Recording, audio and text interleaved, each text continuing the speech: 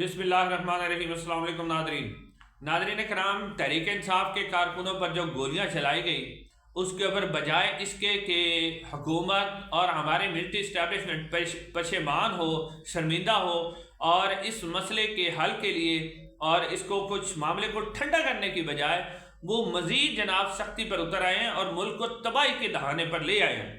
नाज़रीन, अली अमीन गंडापुर साहब ने बहुत ही अहम तकरीर की है, उसके साथ डॉक्टर अमजद ने बड़ी अहम तकरीर की है। हालात इंतहाई ख़राब है, इमरान खान की जान को ख़तरा है, इमरान खान को बहुत ज़्यादा ख़तरा है जान को।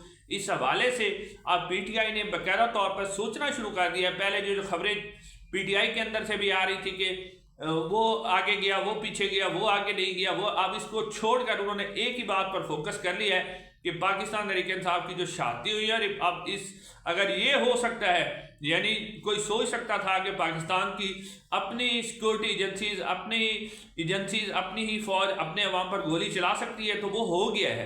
पहले भी वैसे हुआ था लेकिन अब हो गया है, तो अब ये इमरान खान को भी मार सकते हैं। वो जो डॉक्टर शहबाज गिल साहब ने जो स्टोरी की थी वो अब सच होती हुई नजर आ रही है। इंतहाई सूरत हाल ख़राब है। बड़ी अहम डेवलपमेंट आपके सामने रखनी है नाज़रीन।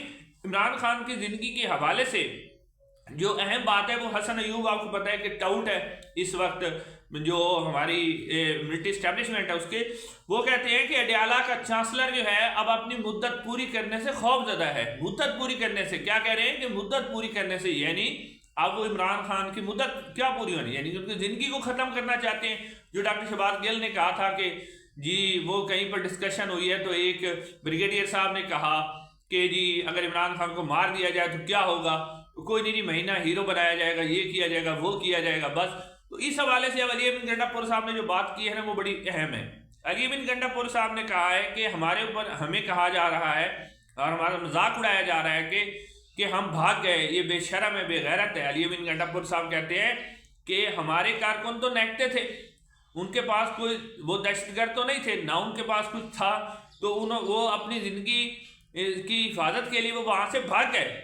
और अगर आप इस तरह कहते हो तो अगली दफ़ा हम असला लेके आएंगे, फिर देखेंगे कौन भागता है। अली अमीन गंडापुर साहब ने तो वाज़ेह तौर पे कह दिया कि अगली दफ़ा हम असला लेके आएंगे, फिर देखेंगे कौन भागता है। और फिर अली अमीन गंडापुर साहब ने यह भी कहा कि गवर्नर राज अगर तुमने लगाना है तुम लगा के दिखाओ, किसी की बाप की जरूरत है तो फिर उसको पता चलेगा कि क्या है। अमजद खान नियाज़ी साहब, जो डॉक्टर अमजद हैं, आपने देखा होगा दाढ़ी वाले जो हैं, उन्होंने बड़ी अहम तकरीर की है। उन्होंने कहा है कि तुम्हारा मुकाबला तो मज़ा तब आता है जब बंदूक का मुकाबला बंदूक से हो, और जब तुम्हारा मुकाबला बंदूक से होता है तो तुम्हारी लाशें गदों पर आती हैं। अब नाज़रीन, ये जो सूरत हाल है इंतहाई ख़तरनाक है।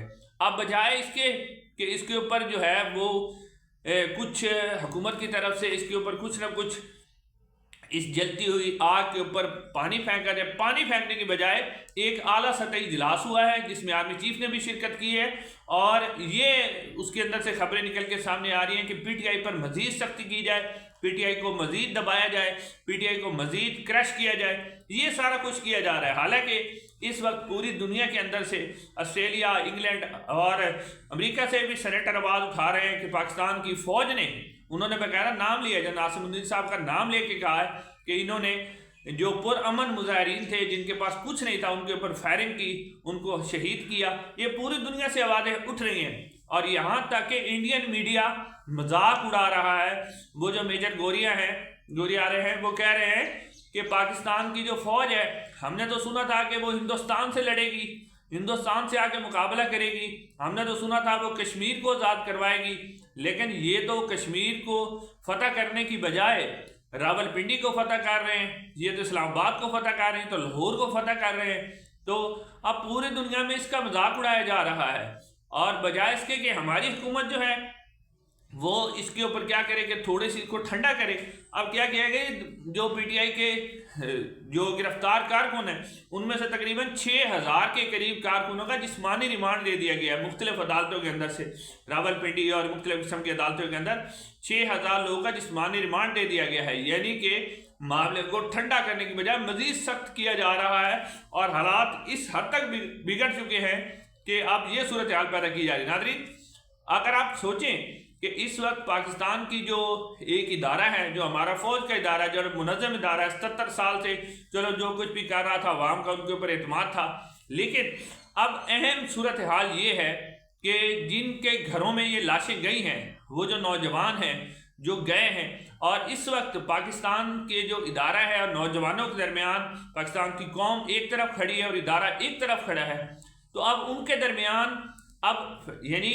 درمیان ایک امید کیا ہے؟ امید ان کے درمیان عمران خان ہے۔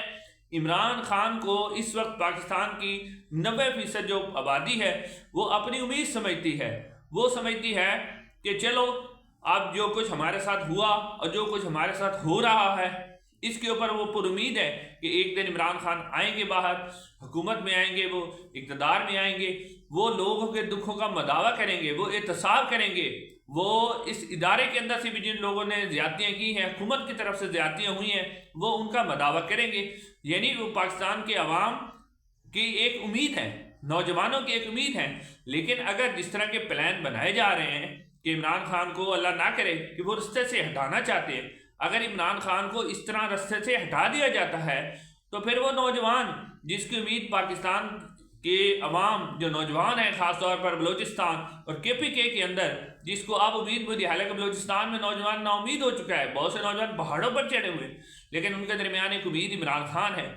اگر اس نوجوان کو وہ امید کو ختم کر دیا جاتا ہے اور جس طرح پلان بنایا جا رہا ہے کہ ٹھیک ہے عمران خان کو ایسے مارا جائے کہ اس کے بعد لگے کہ ایک ہیرو کی موت ہوئی ہے، اس کو باقاعدہ گارڈ آف آنر دے کے دفنایا جائے، اللہ نہ کرے، اور اس کے بعد اس کو جناب کیا کیا جائے کہ اس کے نام پر کوئی چیز رکھ دی جائے، ہسپتال بنا دیا جائے، بڑی بڑی چیزوں کے نام رکھ دیے جائے تاکہ پتہ نہ چلے کہ اس کو کہ حکومت نے مارا ہے۔